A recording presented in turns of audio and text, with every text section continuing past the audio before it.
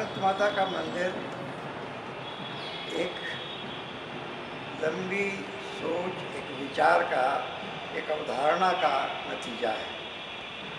जब स्वतंत्रता की लड़ाई हो रही थी और पूरा जितना बड़ा देश है भारत, अनेक धर्म के, अनेक प्रांत के, अनेक भाषाओं के लोग स्वतंत्रता की लड़ाई लड़ रहे थे, उनको एक बद्धता की ज़रूरत थी, एक सूत्र में उनकी भावनाओं को पिरोने की ज़रूरत थी। तो एक केंद्रीय विचार, एक केंद्रीय बिंब की आवश्यकता थी। शुरू में बंकिम चंद्र ने भारत माता का एक रूप अपने उपन्यास आनंद मठ में दिया था। उसमें भारत माता को दुर्गा के रूप में उन्होंने चित्रित किया था। लेकिन क्योंकि जैसा कि भारत विविध धर्मों का देश है और यहाँ जो स्वतंत्रता का युद्ध हो रहा था, स्वतंत्रता की लड़ाई में तमाम धर्मों के लोग लगे हुए थे, तमाम विचारधारा के लोग लगे हुए थे, तो भारत माता की यह कल्पना दूसरे धर्मों को, ये लोगों को स्वीकार्य नहीं हो सकती थी। इसलिए आवश्यक था कि भारत माँ की एक ऐसी कल्पना की जाए जो सारे धर्म के लोगों के लिए स्वीकार हो, सबके लिए स्वीकार हो, उसमें किसी धर्म विशेष का कोई लेश भी न रह सके।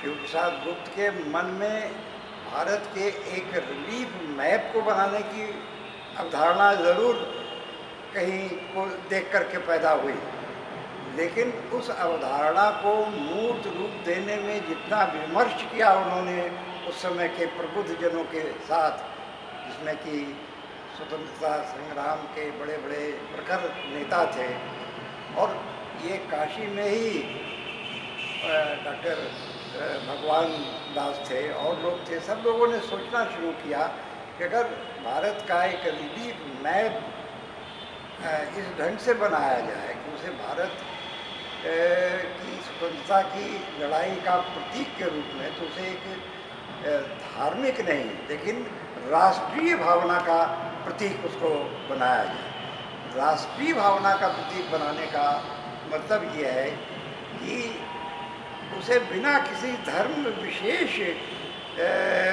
का रंग दिए हुए फिर भी एक केंद्रीकरण की ज़रूरत है, एक ऐसे स्थान की ज़रूरत है जहाँ वो रिलीफ मैप तो हो, लेकिन उसके प्रति राष्ट्रीय भावना श्रद्धा के साथ लोग व्यक्त कर सकें, एक केंद्र पर लोग जुड़ सकें।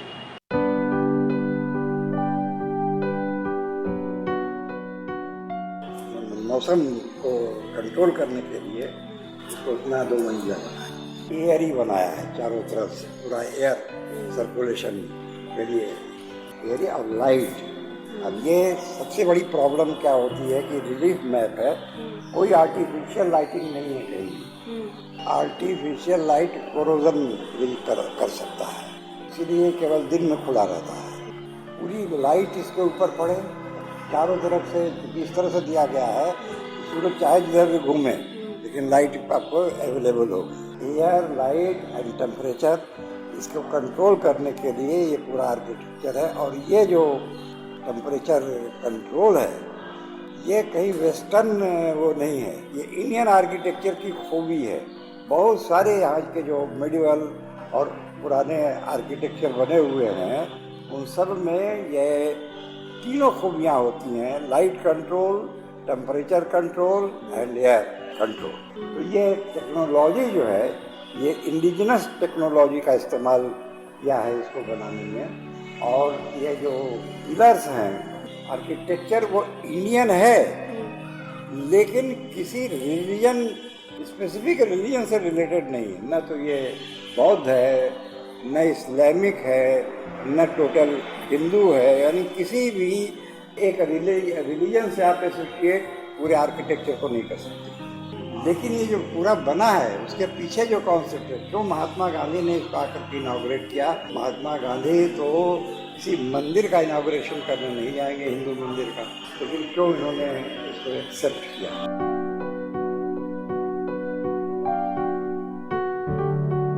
मंदिर शब्द का भी अर्थ सोचना चाहिए। संस्कृत में और हिंदी में मंदिर का अर्थ सिर्फ घर होता है। मंदिर का अर्थ कोई देवालय नहीं होता है।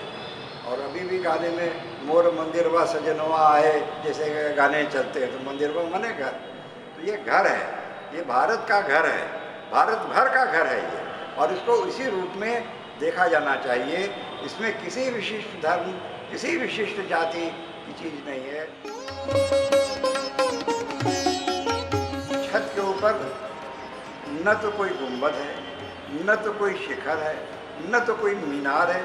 जितने भी धार्मिक स्थान के सूचक जो आर्किटेक्चर है, इसमें से कोई भी नहीं इसमें लगाया गया है। एकदम फ्लैट सीधी छत है।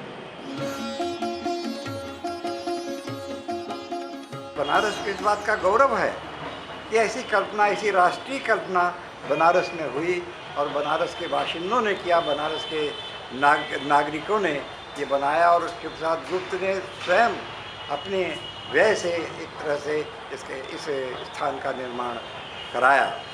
अभी ये इसकी दशा देख करके, ये ज़मीन मैं देख रहा हूँ सामने, इस पर दरार पड़ गई है।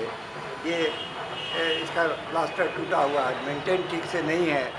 और ये इस तरह के राष्ट्रीय महत्व की जो जगह है, राष्ट्रीय भावनाओं के केंद्रीकरण की जो जगह है, उसका पूरी तरह से इसका रखरखाव होना चाहिए और इसे राष्ट्रीय गौरव के अनुकूल कलेवर दिया जाना चाहिए।